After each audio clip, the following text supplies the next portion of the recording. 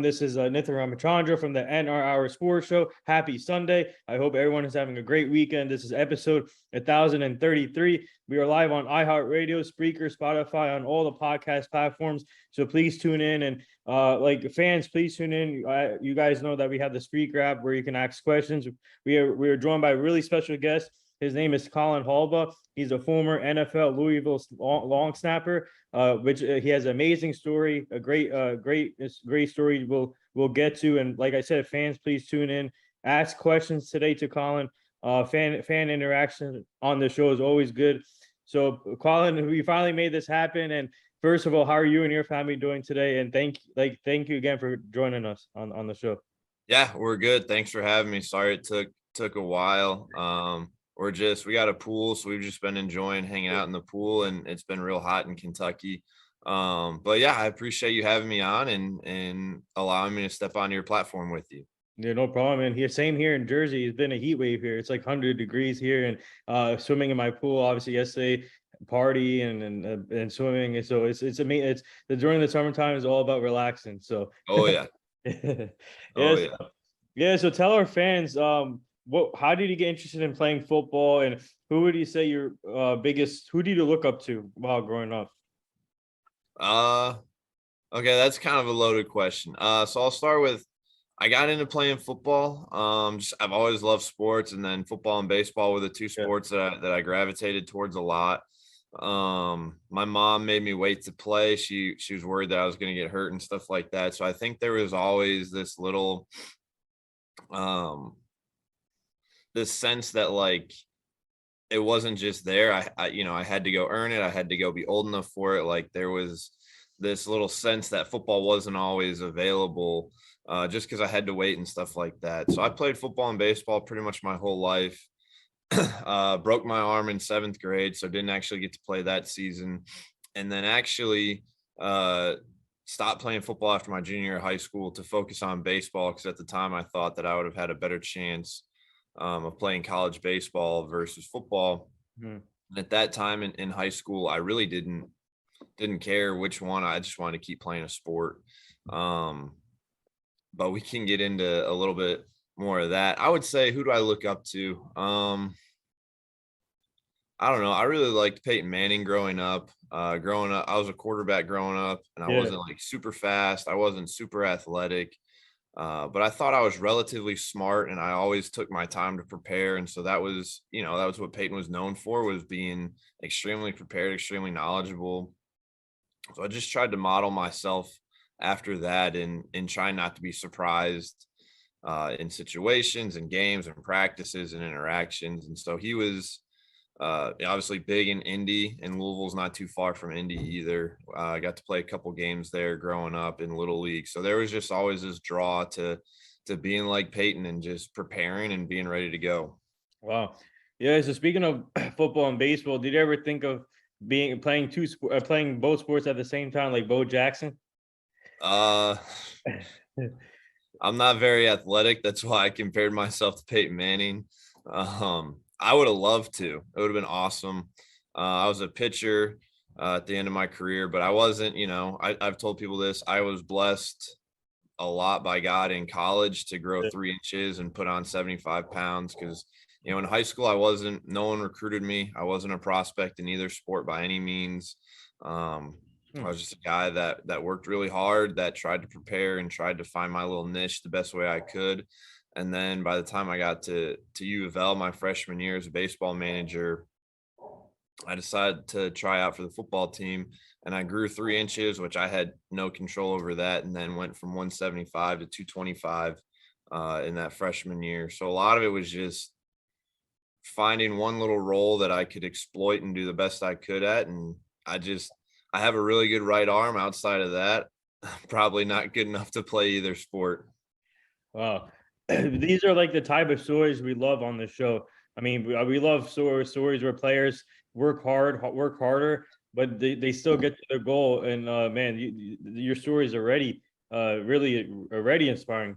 But for you, speaking of quarterback, obviously you said you were playing quarterback. So take us to that process. Did you ever think maybe if you stayed at quarterback, maybe it could have been in a different situation? Or take us to the process of changing positions throughout your career. Yeah. So for football, and really for baseball too, and I think and I go a lot back to baseball. So I went into high school as a catcher. I thought I was pretty good. I did it a lot growing up just because I was one of the more athletic guys on my team, and I was pretty good at that. But I couldn't block to save my life, which it's kind of a big part of being a catcher. And actually got beat out by a kid that was 2 years younger than me, who ended up going and playing at UK. But regardless, so in baseball, I got used to I would just transition from whatever position would keep me on the field and get me playing time. So I came in to high school as a catcher. I played a little bit, but wasn't outstanding at it at the high school level. So I switched to corner infield, first and third, and I was decent at it. Had a decent arm for third. But I couldn't hit. I couldn't hit the off speed. I could hit a fastball, but I just couldn't hit an off speed. And so then it was kind of like, well, you got a decent enough arm. Why don't you try pitching? And so it was just this mindset of do whatever it takes to stay on the field. And so football, I grew up being a quarterback, and I also long snapped a little bit too. But I never really put much stock into it. Never went to the camps, never did it stuff. When I would go to camps and do showcases and all that, it was always for a quarterback. And I pretty much got beat out my junior year. Officially, me and another guy my age we're kind of going back and forth. And then it was pretty much at the start of our junior year, he beat me out kind of outright. So I was the long snapper. I did that. I played a little bit of, backup quarterback, kind of garbage minutes here or there. But long snapping was just this thing in the back of my mind that I did to try and stay on the field, because I wanted to play. I think everybody that plays a sport, at some point you want to be on the field when the lights are on. Yeah. Um, so that translated into me, I went to U of L to be a baseball manager. I had intentions of walking onto the team as a pitcher. But when you throw like 85, that's not good enough when you got guys throwing 95, 100 on that team. So it just went back to that same mindset of I just wanted to play. I wanted to be on the field. I wanted to do something and be involved. And so I went back and met some people that were on the team. They're like, we only have one long snapper. So if you can do that, okay, they might put you on the team. No guarantee that you're going to play, but you might make the team. And so that's kind of how that door opened for me to be on U of L's team. Wow. Yeah, so speaking of, we are live with former NFL Louisville long snapper Colin Holba, who also played baseball back in the day. We have an interesting question. One of our fans just hopped in. One of our fans want to know, throughout your career, how did you deal with the outside distractions, like the criticism? They want to know, like for example, when coaches say, you might not have playing time, or you might get cut. So they want to know is how did you deal with those outside distractions? So I would say like a coach telling me that's that's not a distraction. That's inside. I think outside distractions is like social media or the newspaper, anytime that people that aren't within your locker room are telling you something. But I straight up, my high school baseball coach told me going into my junior year, he was like, hey man, we got 4 guys that are going to be D1 pitchers. One of them ended up getting drafted. He goes, but we have 4 guys that are going to be D1 pitchers. I really don't see you, getting a whole lot of innings. So you're going to have to play JV as a junior. And so for me, that was just kind of fuel to the fire of just, if you're going to leave the door open and I'm going to get innings down there, I'm going to make the most of those innings. I ended up pitching a little bit at the end of my junior year on varsity. So to me, like a coach telling you, hey, this is how I see you. Hey, this is, I don't think, what my expectations are for you aren't exactly what you think they should be. I mean, sometimes you just got to wear that on the chin, and be realistic. That's kind of why I changed positions a bunch, because I did have that conversation of, hey, you can't hit a curveball, dude. Yeah. I know you've been working on it, but man, you just can't do it as well as these 9 guys can. So they're going to go out there ahead of you. And so that's where the position change came from. That's where, finding a role for myself came from, especially being a long snapper, because I ran a 5.1 at the combine. None of these quarterbacks coming out of college are running a 5.1. Oh, I yeah. mean, it just got to be realistic with yourself of, if a coach is taking the time to have a conversation with me, it's because he cares enough about me. And now I have an opportunity to react to that. Unfortunately, it's when a coach starts to ignore you or isn't talking to you that you're kind of left on an island and then you don't know. Mhm. Wow. Yeah, so I'm a big Dallas Cowboy fan here in Jersey, and we have a guy named LP. He's long time long snapper, and I don't know. Did you ever look up to him, or did he give you any advice throughout your career? So I met him one time. I was with the Niners, and he was obviously with Dallas, and we were playing in a preseason game. Um, I don't really remember him giving me any advice at that point, but I mean, he's one of the best, if not the best, to ever do it at this position. He did it for 16, 15 years, Yeah. something like that, a long, long time. Um, and just something that made him so good was he was consistent. He showed up to work every day. You never heard about him in the off season. You never worried about him on the field. He was going to take care of his job. That's just sort of what I tried to do. I just wanted to be someone that was reliable and consistent because as a long snapper, that's what you want. You want a guy that's going to put it on the punter's hips. You want a guy that's going to put it on the holder's hands. You're not going to have any A gap trouble. And, he'll get a tackle every once in a while. But, LP was, he was that guy. He was spectacular for his entire career. And just a solid, consistent guy and player.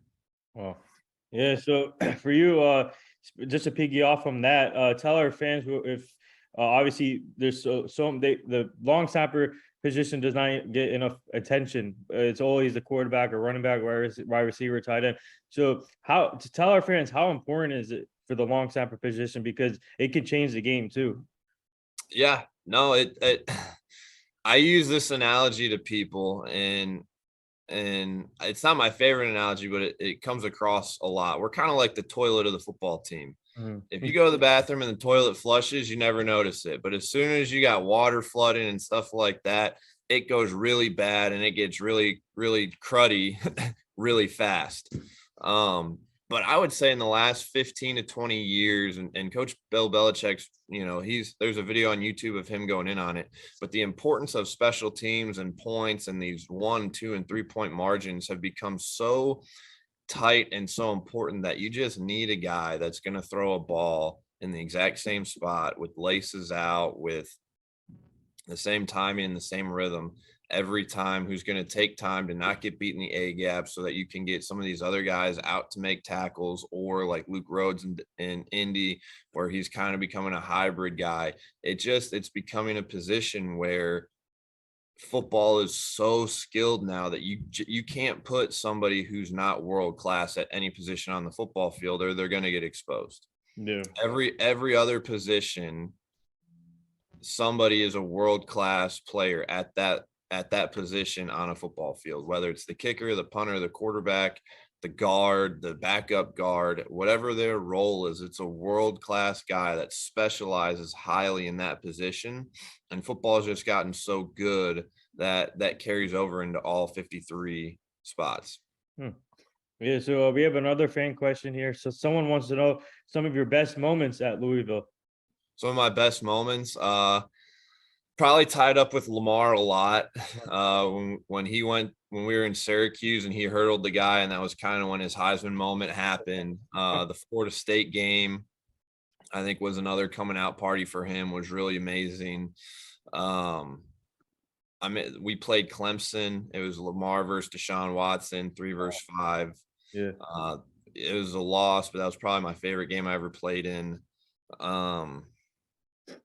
Playing with Teddy, though, I mean, there was games where playing with Teddy Bridgewater, he was incredible.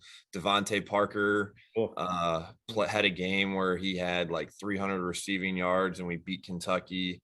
I mean, there was a lot of really cool moments. I was lucky enough to play with a lot of really, really talented guys, playing some really cool games. Got to go up to Notre Dame and play in Notre Dame. Yeah, but I mean, it's hard not to just just sit there and be like, yeah, I played with Lamar and Jair for 2 years, and we knew they were special, but we didn't even know that they were that special. Yeah, so that you guys you basically had an NFL team in college. Yeah. That was all. That's pretty cool. And speaking of Lamar Jackson, what was it like playing with him and seeing his talent and his growth? And obviously now he deserves the money. He hasn't gotten yet. He needs the bag right now. I think he deserves every penny. In my opinion, he's obviously MVP. So to speak on what was it like being his teammate? So I always put him together with Jair. Obviously, Lamar won the Heisman. He was the quarterback, but really the two of them coming in together, they just made going to practice fun. I mean, those guys enjoyed football. They enjoyed the camaraderie of being in the locker room. They worked hard. Like, they weren't just talented guys, but they worked their butts off. And I remember, it's kind of well documented that Lamar's mom said, I don't want him to go anywhere where he's not going to be a quarterback. Yeah. Like, he's only going to go to college where he's going to be a quarterback. And then we kind of saw that recycle coming in the NFL too. But I remember first year, him and Jair were freshmen in training camp Mhm. that freshman year. And we were doing a scrimmage with live special teams because getting ready for the season to start. And they didn't know if Lamar was going to be the starting quarterback just yet because he was still, figuring out the offense and that transition into a college, very sophisticated offense, just a lot going on. And obviously Coach Petrino traditionally was that pro style offense. And so he was kind of making that transition to the read option to really fit Lamar. And so there was just a very transition year. We didn't really know what Lamar's role was going to look like, but everybody knew that he had to touch the ball. Like, this guy's just so electric. He's got to touch the ball. He can't touch the ball at wide receiver. So how's he gonna touch the ball? So we're doing punt, and again, we didn't know what we had, but we had Lamar Jackson, Jair Alexander returning punts for us, and I got my ankles absolutely cooked by both of them. Wow. And I come off and my buddies are giving me crap and like, man, they're just freshmen. They're like blowing you up. And I mean, you got one's a Heisman winner, MVP of the NFL. The other is a top 3 rated cornerback in the league and was an excellent punt returner for us. And it's funny now looking back on it, but I mean, I was a redshirt junior. These guys were true freshmen, and they made me look like an absolute fool. Wow. That's crazy. Yeah, they're fat. Both of them are fast. Both of them are fast. And I mean, like I said, Lamar Jackson deserves his money, and I'm hoping the Ravens give it to him pretty soon because I mean, he is not getting any respect in my opinion. No, I wish he had a receiver to go along with Yeah. Andrews. Mhm. And I think a lot of people forget that they had like no players last year, that all their running backs got hurt in the off season and stuff like that. So no, I mean, the guy's world class. I mean, he's not going to play the game like Pat Mahomes or Josh Allen, but the guy's going to win you football games. He's going to win the locker room over. He's going to lead you, hopefully lead you to the Super Bowl too. I think he will. Yeah. Yeah, so now let's get to your draft experience. Tell our fans about your journey to the draft because, like you said, working hard throughout your young career, playing multiple sports, switching multiple positions, working hard and going to Louisville, having great moments there, and getting to your goal, and especially getting drafted by a historic franchise like the Pittsburgh Steelers. And what was that like for you and your family? Obviously, you in the combine, you were in a 5-1, but to have the Steelers to still believe in you to draft you in round 6 in 2017, what was that like from Coach Mike Tomlin?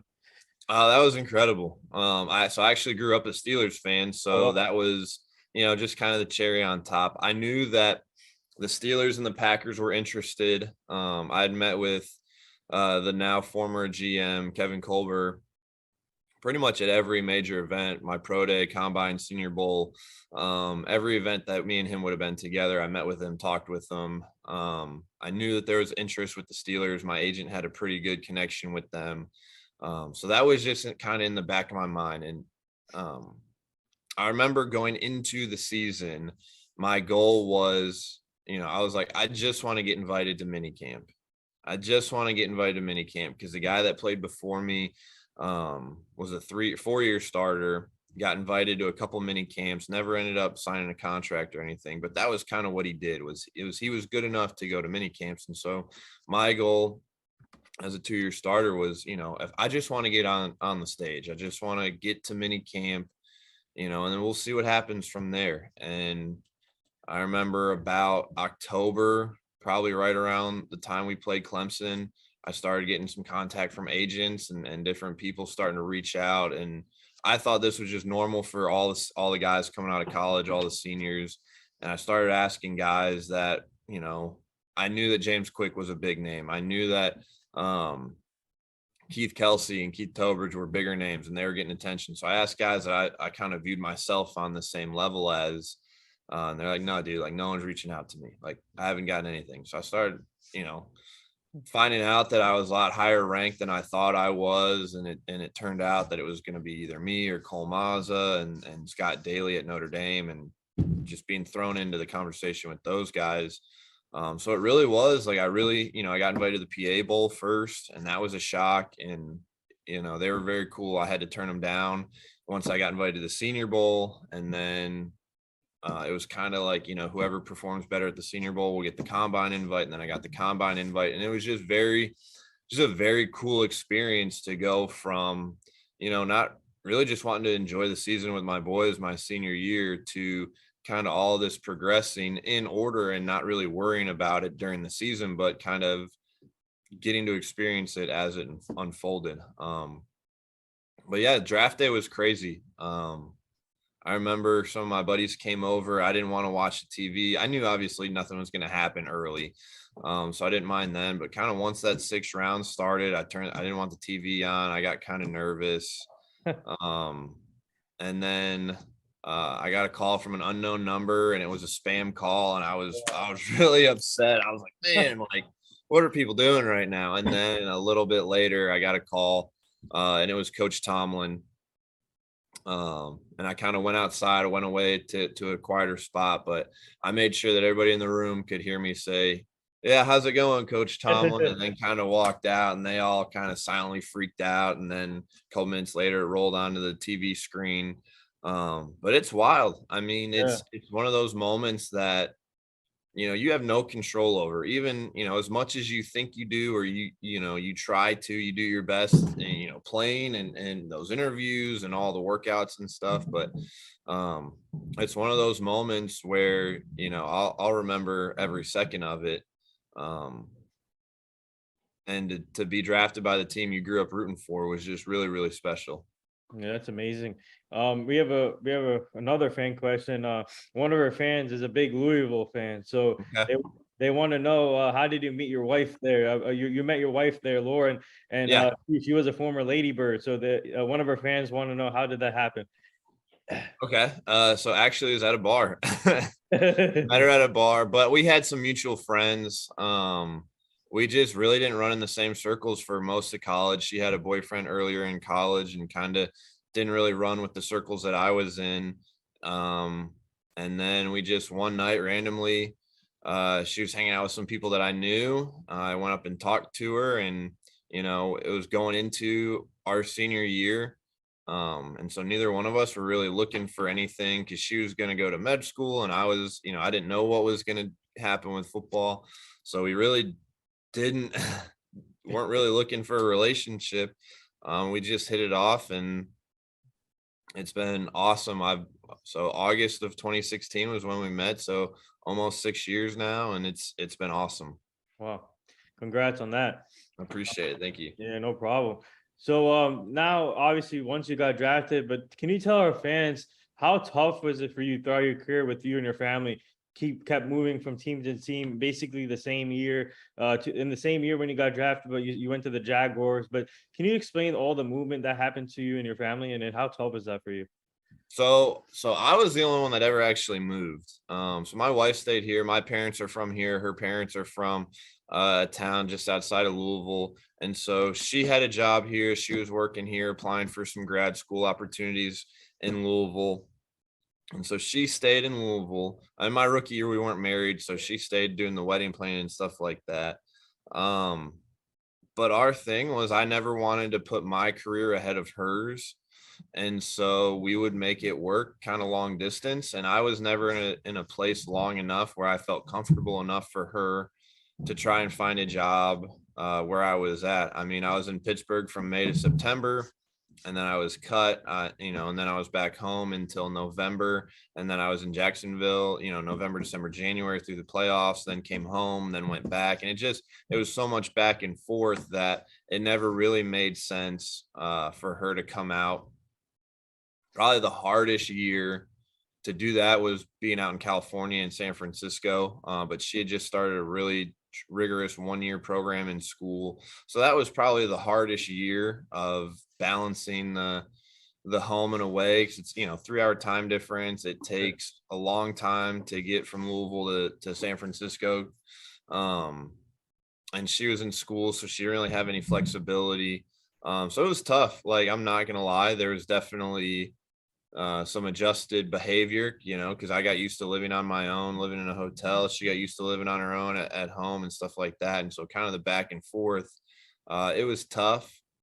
It was less than ideal, but like I said, I knew that my career was going to come to an end at some point. I hoped it was going to be longer than 5 years, but I knew at some point my career was going to come to an end. And she wants to be a CRNA and got into a medical school. So she had longer goal aspirations than what my career was going to be. And so, we decided early on that we weren't gonna have her sacrifice her career for football. Yeah. So, did you get frustrated at some point? Like, obviously, when you when you had 2 stints with the Rams and 49ers, you kept moving from both teams like a couple of times. Did you get frustrated at that moment, or how did you deal with that?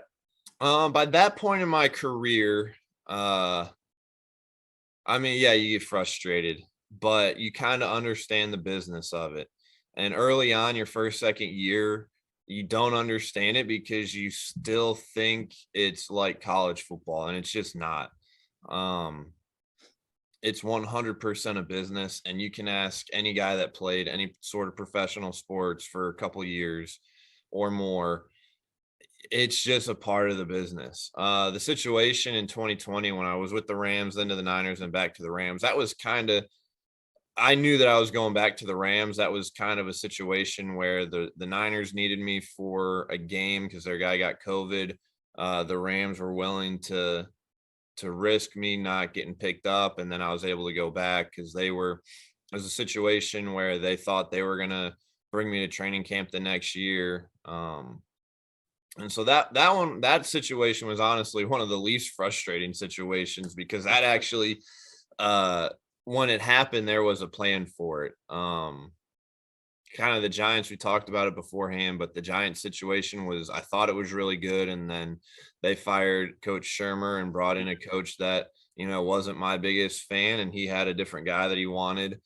So that was frustrating stuff that I felt like was out of my control. My second stint with the Rams, when they brought in Coach DeCamillo's, and he brought in a guy that he wanted. That was more frustrating of stuff when I would sign a contract with the understanding that the current regime wants me there. They want me to be there.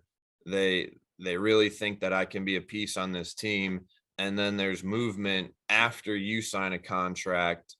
And I like Coach Judge. I respect him. I think he's a fantastic special teams coach. And obviously the Rams made a really good decision because they just won the Super Bowl. So I don't want to come off as saying that these coaches aren't good. These coaches are obviously good. They have plenty of Super Bowl rings between the two of them. But it's just one of those where they liked a different style of player than me. And they made their decision on their contract was made after me. And so that's where it was frustrating, was just, I thought I was signing up for one thing. And then a couple weeks or months later, it turns into something else. And it's kind of like musical chairs where, who's going to be the one that gets caught when the music stops. Wow. Yeah. That's crazy. That's really crazy. And we have an interesting question from one of our fans. They want to know, before you chose football, they want to know how close were you committing just to focus on baseball?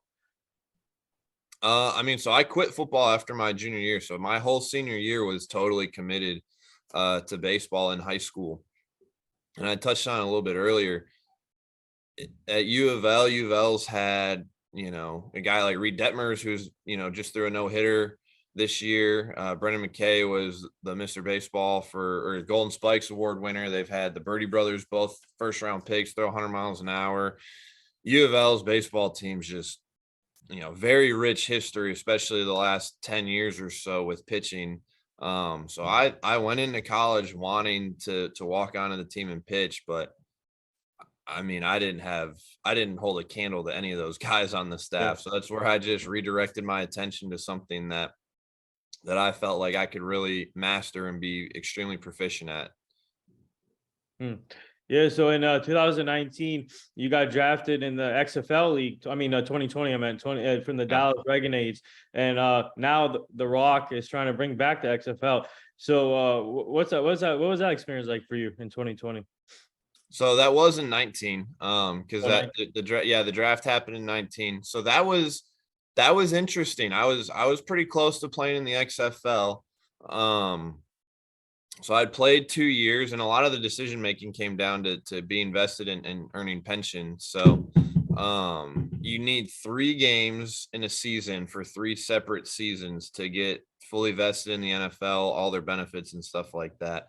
And so I got it my first year, I got it my second year, and then 2019 I played the first 2 games with the Niners and then got released. So I was 1 game short in the 2019 season from earning pension and full, being vested and having all those benefits. And so I got cut. I didn't go on a workout initially. The Giants had told me they were going to bring me in, but we really hadn't set a date. It was kind of vague. And so I'd called with the coach in Dallas. We had talked. He was going to fly me out to Dallas, and we were going to meet and have a workout with the kicker that he was wanting to draft. I think I was one of the first specialists taken. And I remember texting Daryl Johnson, the GM, and I was like, hey, I'm 1 game away from being vested. Like, this is a huge deal kind of down the road for me. I was like, I can't sign that contract till the NFL season's over. So really that was the driving decision. And then the way things happened with the Giants, they brought me up on the practice squad. I was there for 2 weeks, and then I played 5 games and luckily got pension and got all that squared away. But it was one of those situations where the Giants signed me to a 2-year deal. They were looking forward to me going to training camp the next year and competing to be their guy. And so it was one of those where in the moment, in chronological order, it just never really became something realistic for me to do. I would say I was much, much closer with playing in the AAF with the Atlanta Legends my rookie year than I was my 3rd year. It would have been cool. I hate how that league ended, especially the way it did in 2020 with COVID and all that. And I'm looking forward for those guys to get some opportunity. You already saw some guys get signed yeah, from the USFL. yeah. So I think it's a really good opportunity, especially for specialists. Specialists, you need reps, and you only get so many, and you may only get, 2 kicks in a preseason game. So I think it's a really great opportunity for specialists to play in these other leagues. Yeah. Speaking of these other leagues, and I'm loving how they're coming up all these leagues and giving you guys opportunities. And would you consider, if the right opportunity comes up for you, would you consider going back to the XFL with the Dwayne Johnson bringing it back, or would you consider going to the USFL, maybe trying out? So would I consider? Yeah, I think I would have if I'd had conversations with teams prior, especially because my 4th and 5th year I played 1 game combined, and so if I was in a position where this season I was wanting to get back into the NFL, and I was committed to playing football again this year, I 100% would be all on board, because you can't fake game reps, and even if it's not an NFL game, an XFL game is going to be way more realistic for a specialist than a preseason game. Mhm. And getting your body used to the practice routine and all of that stuff. So when I took this job that I'm doing right now, my company invested a lot in me. My team here in Louisville invested a lot in me, and it was kind of an understanding that, if we're gonna go out on a limb and hire you, we need you to be committed to this. So I was with the Bengals last year in the playoffs when I did my last interview Yeah. with them, and they were very cool, very understanding. But it was one of those where it was like, man, if we're gonna invest in you, like you got to be here, and we think this is a really good opportunity for you, and it is. It's been an awesome job, an awesome team to work with and to be on. So if I hadn't gotten this job, would the XFL or the USFL be enticing? 100%, because I think it's going to open the door for a lot of guys that didn't get a lot of opportunities, especially with COVID. But it's just not the right move for me. Yeah, so tell our fans, can you speak a little bit more about this job that you do now? Or Yeah, so I'm officially I do medical device sales for a company called Medtronic. We sell the implants that go, me specifically, the implants that go in your back for spine surgery. But I've also written a book, and I go on speaking events.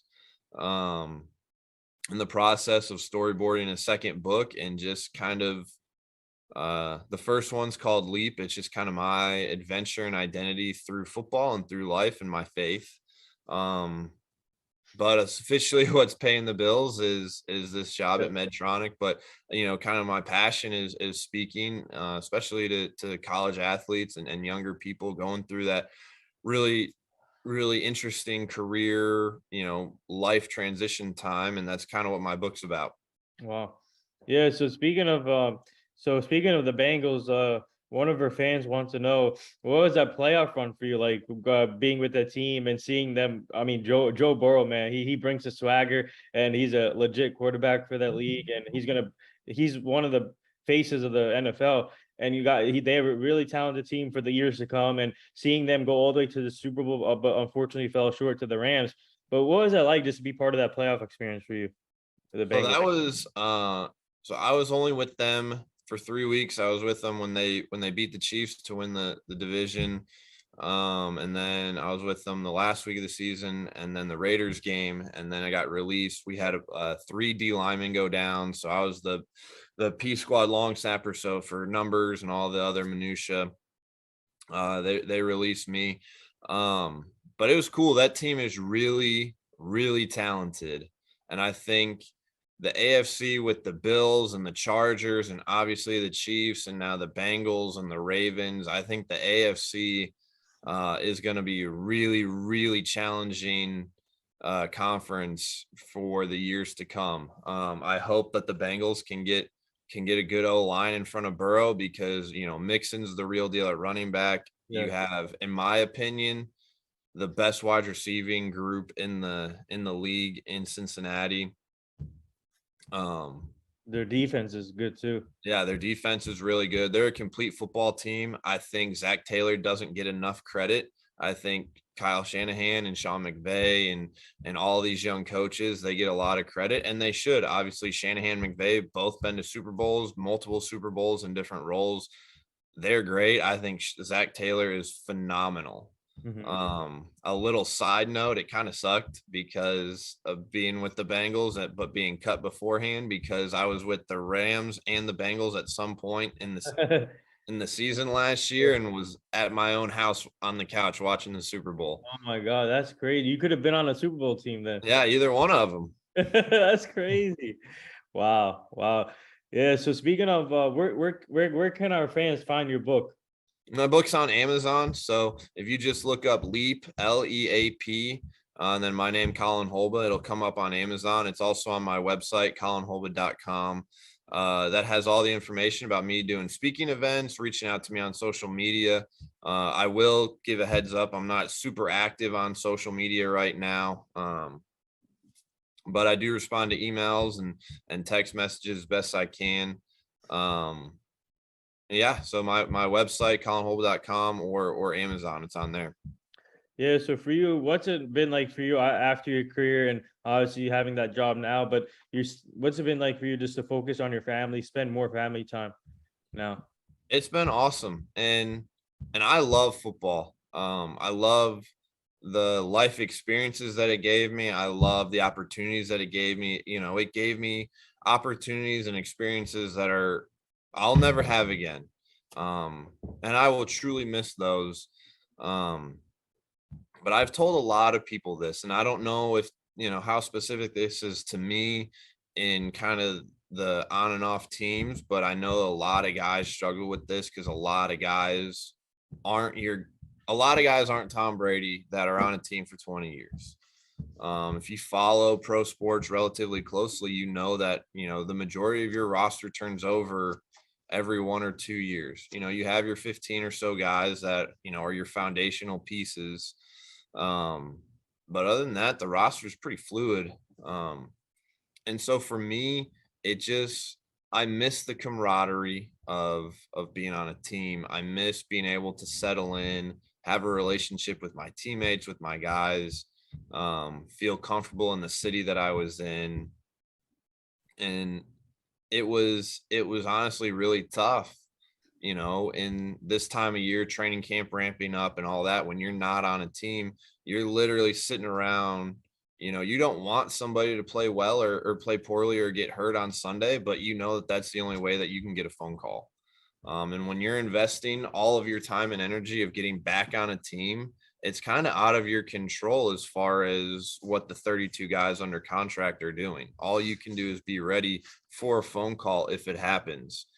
I think COVID wore me out a ton because that 2020 season, you had to sit in a hotel for 5 days Wow.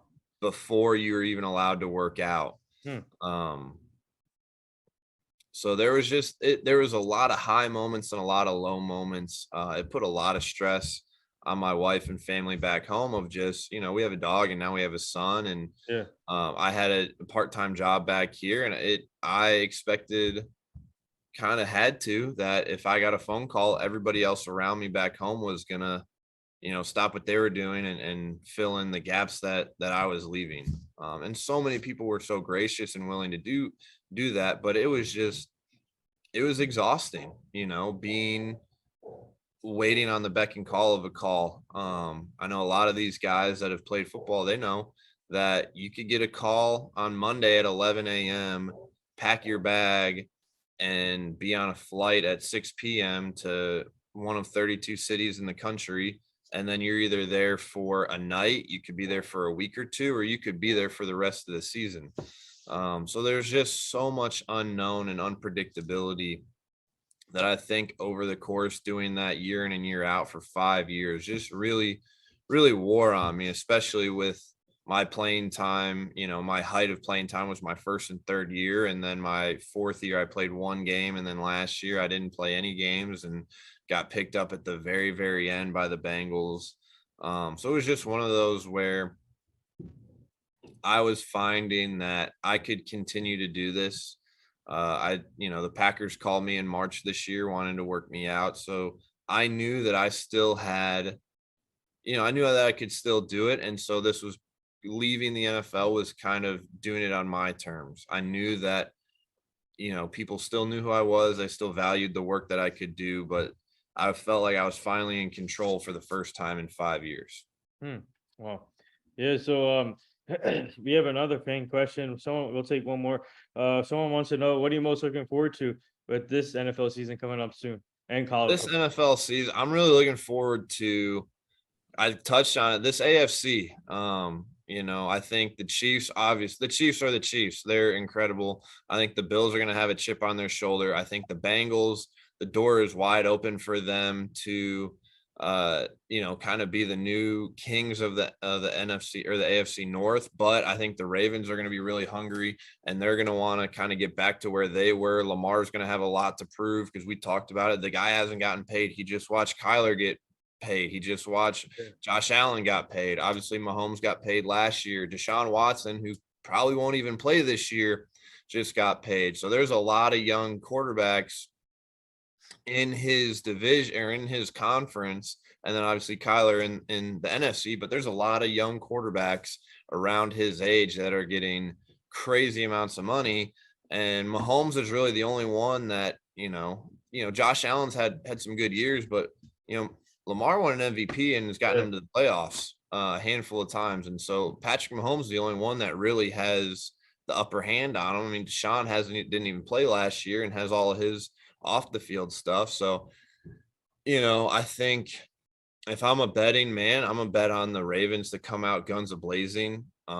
It'll be interesting to see what the Rams look like this year. You know, obviously they lost Von Miller, they lost a couple other guys, just that they brought a bunch of assassins together. They won the Super Bowl and then they pieced out and got their money.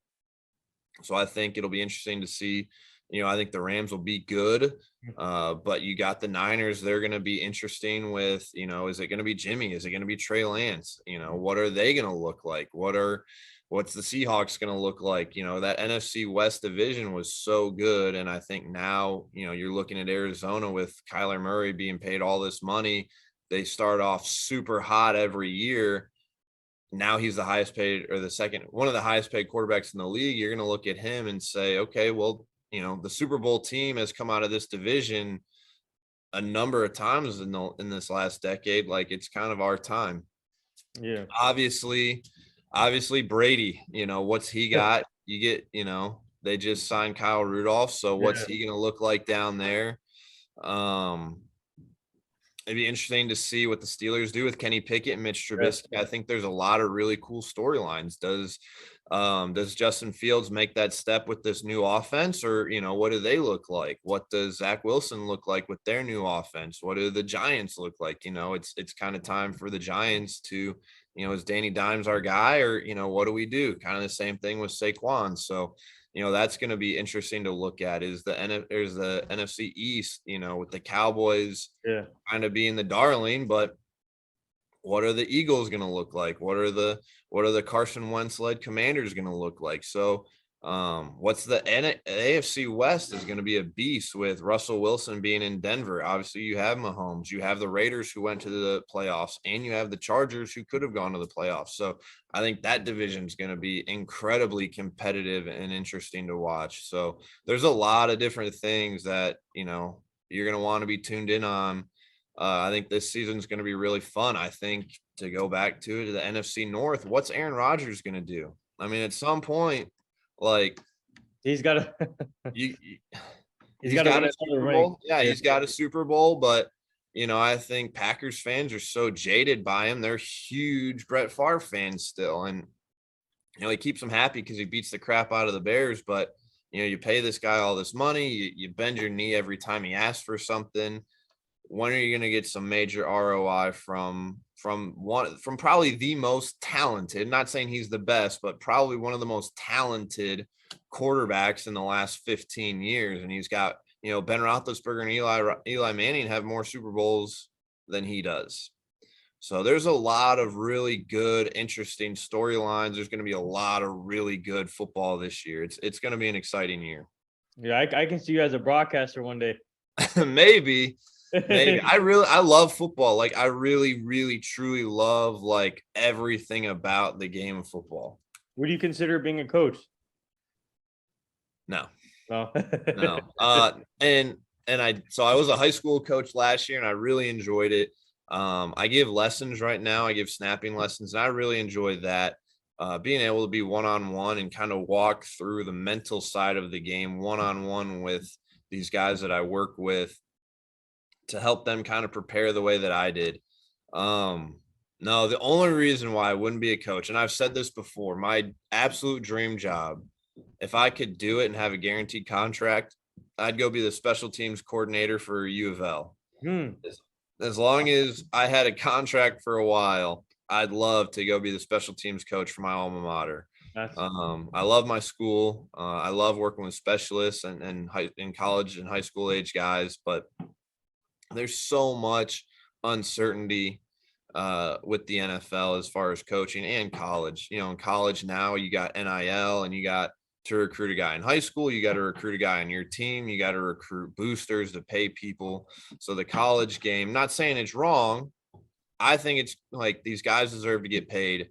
That's a whole nother can of worms, but that's just a whole lot more than I would want to bite off. And then in the NFL, you know, if you get on a great team, you could be there for a while. Otherwise, you know, you could be in one role in a city for 1 year, then 2 years later you're somewhere else, and there's just so much fluctuation that I know that that's just not what I want long term. Well, Yeah, so before we get to the last two things, I want to go back to the Rams. Obviously, they lost a couple of pieces, but they gained two pieces. They brought Bobby Wagner in there, which is crazy. Yeah. Still a decent linebacker, and then they brought in Allen Robinson as a receiver, and they could potentially bring back Odell. So, what do you think this team could potentially repeat the way? Oh, yeah.